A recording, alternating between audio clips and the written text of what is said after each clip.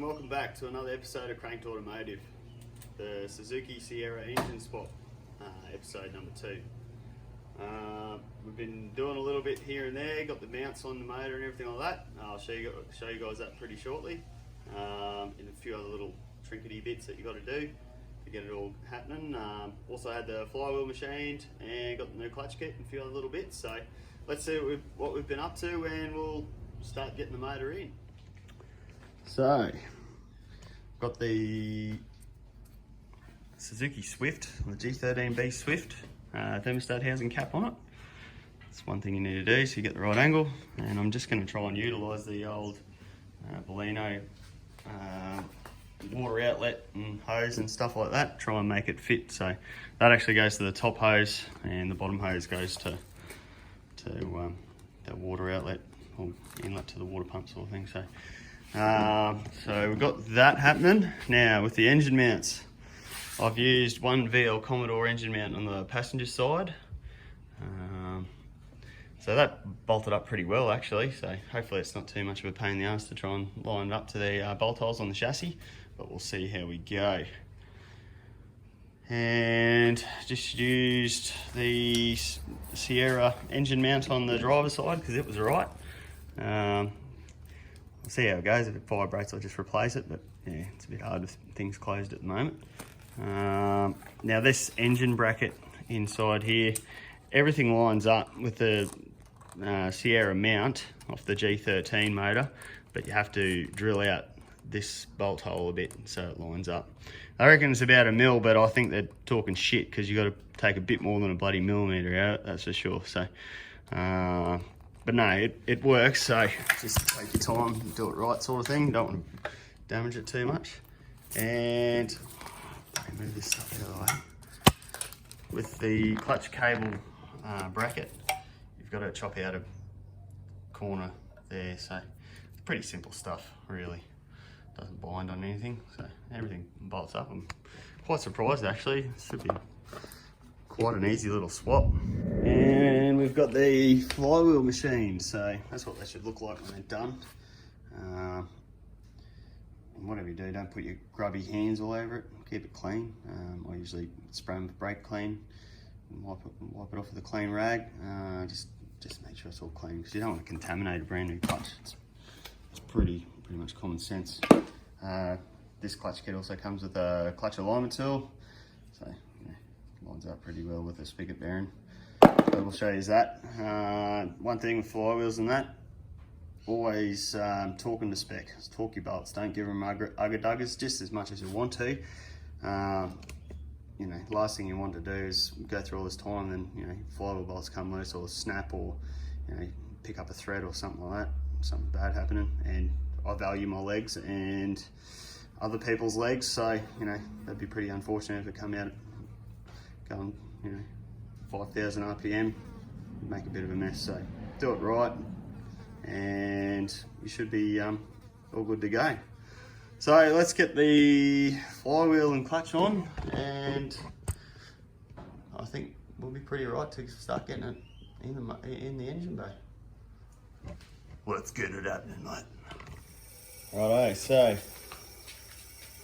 you also want to take the little dowel pin out of the back of the crankshaft of the 1.3 litre as well, because this Bellino motor didn't have one. It's not the old flywheel that was on it.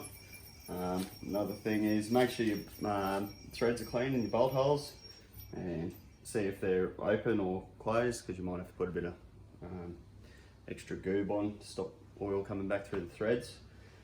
So yeah, with the spigot bearing, we'll get the flywheel on and we'll tap the spigot bearing in because it's got to locate there.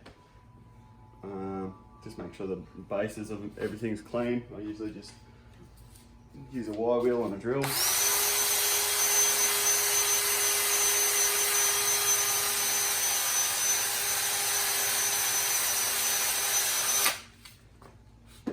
And compress the air.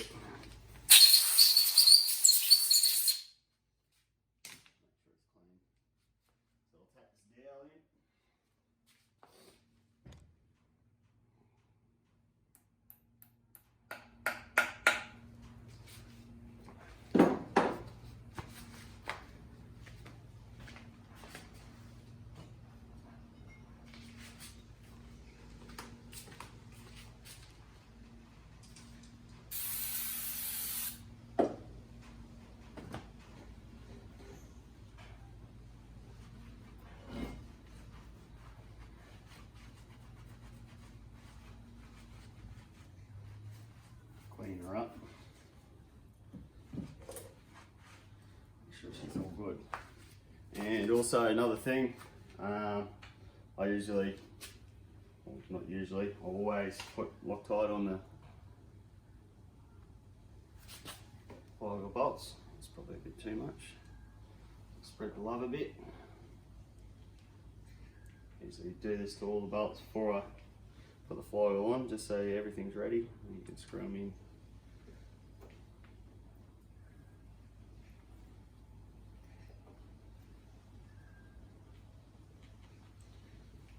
Beautiful.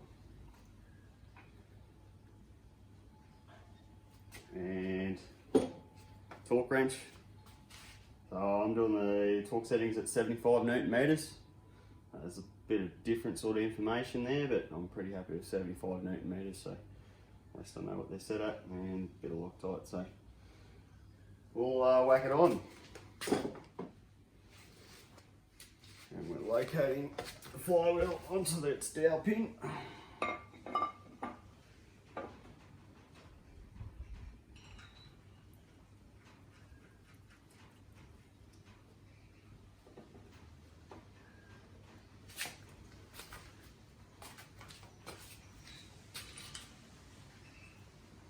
Home.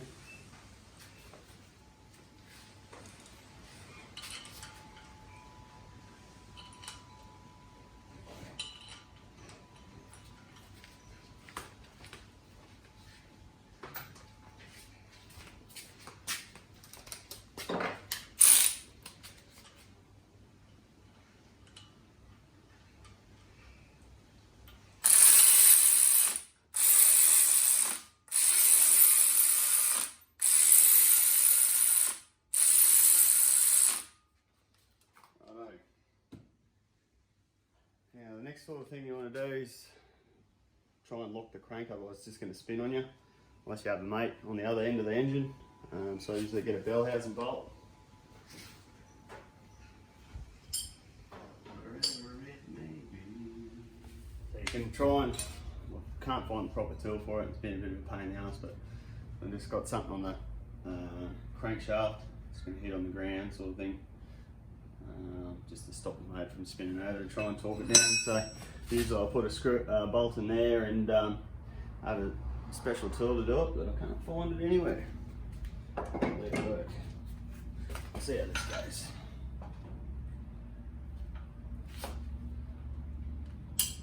One, two,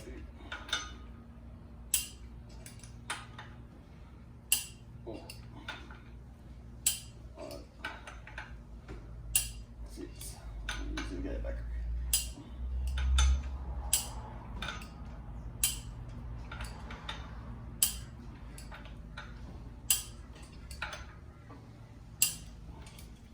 Easy as that.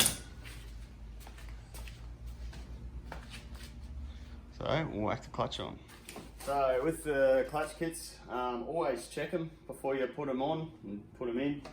Pretty simple. So what I usually do is get the clutch plate and try it on the actual gearbox input shaft, make sure it's right. Whack that, make sure it's the same size as the spigot bearing and stuff as well. Match that up with the old one. Keep your dirty mitts off it too. Clean hands, don't want to contaminate a new clutch. Check your new throwout bearing. All this stuff I've already done. And check this spigot bearing. Same. So this is the same one. They supplied two. They supplied a smaller one and then this one. So this one's the right one.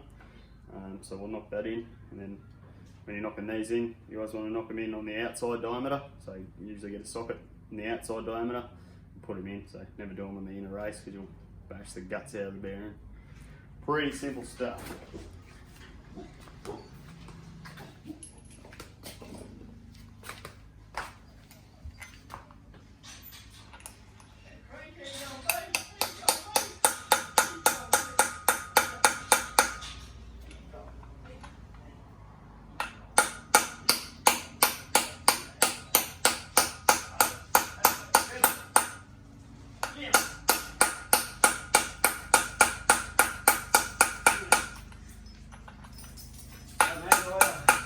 bro.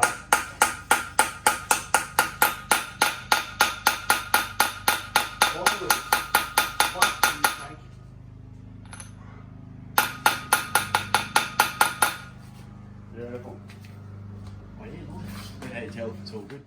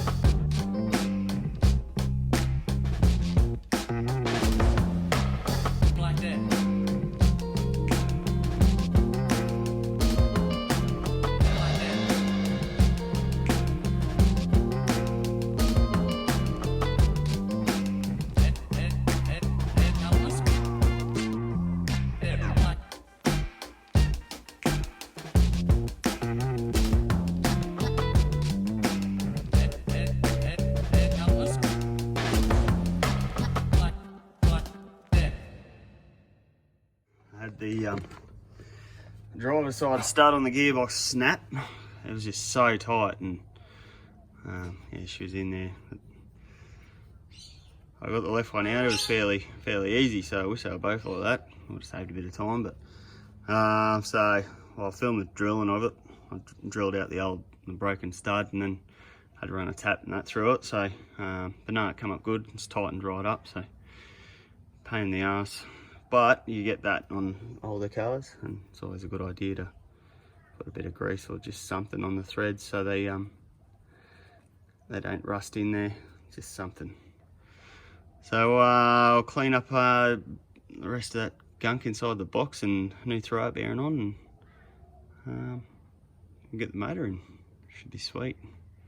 Making progress slowly. Righto, so just cleaned up the bell housing and the got the throw bearing and everything on, nice and greased.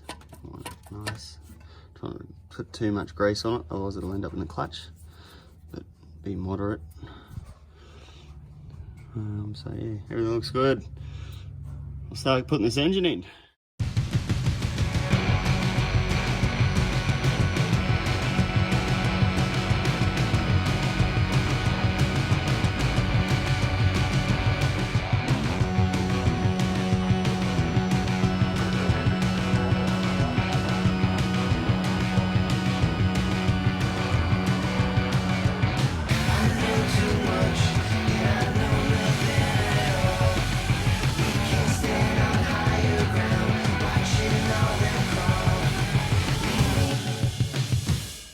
And here we have it. The G16B is in. It fits pretty good, really. Just got to make sure the studs line up with the adapter plate and gearbox and everything like that. A little bit of a play around with it, but come up good. So fix up a few little things here and there and put the rest back together. So no, pretty happy. Hopefully the bonnet closes. Let's find out.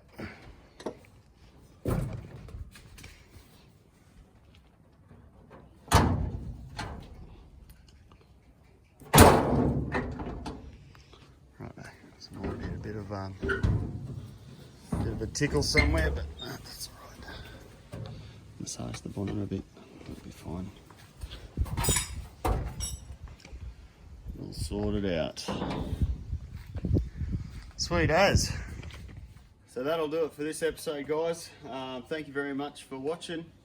As always, like, subscribe if you like the videos. Let me know in the comments what you reckon. We'll get a little bit more done here, and we'll catch you next episode. Take it easy.